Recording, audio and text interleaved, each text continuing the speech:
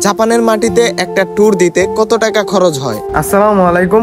এখন আমরা যাচ্ছি নুনুবিকি পার্কে ঘোরার জন্য, যেটা জাপানের খুবই বিখ্যাত একটা পার্ক। আর আজকে আমি আপনাদেরকে দেখাবো টোটালি জাপানে একদিন ঘুরতে বের হলে কত টাকা খরচ হয়, কত টাকা লাগে এই সব জায়গায় ঘুরতে।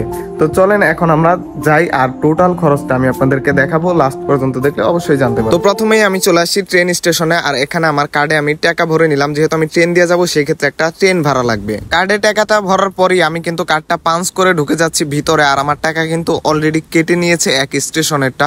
তো চলেন আমরা কিন্তু যাত্রাটা শুরু করে দিয়েছি। এক ট্রেন থেকে নেমে গেছি, আরেকটা ট্রেনে উঠবো। অলরেডি কিন্তু আমার 160 টাকা খরচ হয়ে গেছে। আরেকটি ট্রেনে ওঠার জন্য আমি আমার কার্ডটাকে পাঞ্চ করে নিলাম। অবশেষে আমরা আমাদের গন্তব্যে পৌঁছে গেছি। ওই যে একটু দেখতে পারতেছেন কেবল কার গুলো আসতেছে, এইগুলোতে উঠেই কিন্তু আমরা এখন পাহাড়ের উপরে যাব আমাদের মেন গন্তব্যে। আর আমরা এখন কেবল কারে করে কিন্তু আমরা উপরে উঠে যাচ্ছি, আর এটাই উঠার যে অনুভূতি সেটা বলে বোঝানোর মতো না। অবশেষে আমরা কিন্তু আমাদের গন্তব্যে পৌঁছে গেছি। জায়গাটা দেখতে পাচ্ছেন খুবই সুন্দর। এখানে ঘুরে এতটা ভালো লাগবে আপনাদেরকে, যেটা ভাষায় প্রকাশ করার মতো না। আর কেবল কারের যে খরচটা অনেক বেশি টাকা লাগছে, এটা বলে বোঝানোর মতো না। একটু পরে আপনাদের সাথে এক্সপ্লেন করব। যে টাকায় নিছে সেইটা বড় বিষয় না, কিন্তু এখানে ঘোরাঘুরি করে যে মজাটা পেয়েছি, এটা ছিল আমার জীবনের সেরা একটা দিন, যে দিনটা আমি এত সুন্দরভাবে উপভোগ করেছি। আর এখন আপনাদেরকে তো আমরা এখন কিন্তু দাঁড়িয়ে আছি নুনুবিকির সবথেকে বেস্ট একটা প্লেসে, যেটা আপনারা এখান থেকে দেখলেই বুঝতে পারতেছেন। এখানে দুইটা শহর দেখা যায়, একটা হচ্ছে ওসাকা আর একটা হচ্ছে কোবে। তো এখানে আসা পর্যন্ত আমাদের কত টাকা খরচ হলো, আমি কিন্তু পকেট ভর্তি টাকা নিয়ে আসছিলাম, টাকা শেষ।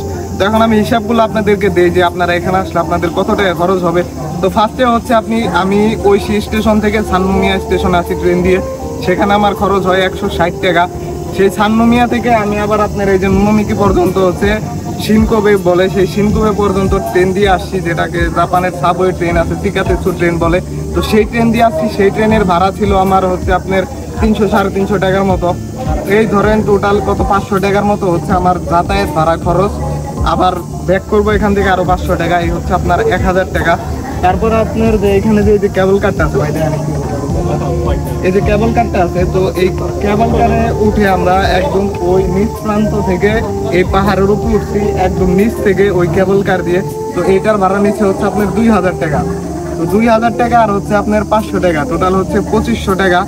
আর প্লাস আরো এক্সট্রা খরচ টরচ মিলায় ধরেন হইতেছে 3000 টাকা। তো এই 3000 টাকা হইলেই কিন্তু আপনি এই নুনুবিকি দেখতে দিতে পারতেছেন। ঠিক আছে, তো এই যে পাহাড়টা এটা আসলে এতটা সুন্দর, যেটা ট্যুর দিলে আপনি বুঝতে পারবেন, আপনার পয়সা উসুল হয়ে যাবে। তো আসতে পারেন, এসে ঘুরে দেখতে পারেন। আর এটা দেখার জন্য অবশ্যই জাপান আসতে হবে। আর যারা জাপান আছেন তারা তো আসতেই পারবেন। বেশি খরচ হবে, টাকা পয়সা নিয়ে চিন্তা না, আজকে আছে কালকে নাই, কামাইবেন আর রায় ঘুরবেন। ঠিক আছে, কামাইবেন আর রায় ঘুরবেন ভাই, টাকা পয়সা নিয়ে চিন্তা নাই। তো আসেন একদিন, এসে ঘুরে যান।